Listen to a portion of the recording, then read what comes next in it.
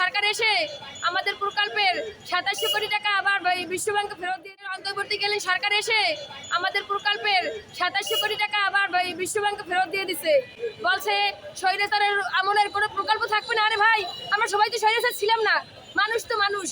আমরা তো প্রাণীর সেবা দিছি, আমরা তো জনগণের সাথে কাজ করছি, আমরা খেয়ে না খেয়ে আমরা এই দেশটাকে প্রাণী সম্পদকে উন্নয়ন করছি। আপনি কি জানেন যে এই বছর আমরা এই দীর্ঘ 2 বছরে আমরা এই ভারত থেকে কোনো গরু আনি না, আমরা বিশ্বের কোনো দেশ থেকে আমরা গরু আনি না। আমাদের দেশে যে গরু উৎপাদন হয়েছে তা দিয়ে কোরবানি দেওয়ার পরও আরো 10% গরু আমাদের রয়ে গেছে। এটা শুধু আমাদের অবদান। মাঠে ঘাটে আমরাই যাই।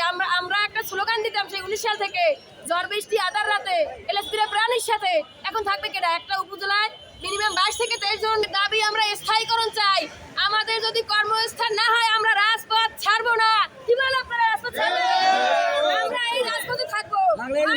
হয় চাকরি নিয়ে সসম্মানে যাবো, না হয় রাজপথে মরে যাবো। নাম বলেন। মাননীয় প্রধানমন্ত্রী, হয় আমাদের চাকরি দেন, না হয় আমাদের দেখা দেন। আপনি আমাদের একটা ব্যবস্থা করেন। আমরা ভিক্ষে চাই না, আমরা রেফিস ক্লাবে ভিক্ষে করতেছি নাই। আমরা আমাদের চাকরিটা বহাল রাখতে চাই, আমরা প্রাণী সম্পদের সেবা করতে চাই। আমরা তো এমন না যে সরকার টাকাটা দিয়া আমরা একটা বাজে কাজে খরচ করতাম। আমরা তো প্রাণীর খাতেই করতাম, আমরা তো প্রাণীর সেবা করতাম, আমরা জনগণের সেবা করতাম। আপনার 5টা গরু আছে, আপনার যদি আমি একটা ভালো সহযোগিতা করি, পরামর্শ দিই, আপনার 5টা গরু দিয়ে 50টা গরু হবে। আমরা হাজার হাজার উদ্যোগকে তৈরি করছি, সেখানে কোটি কোটি টাকা ছিল। ওই টাকা দিয়া তারা খামারিরা অনেক স্বাবলম্বী হয়েছে। এবং ওই যদি আমাদের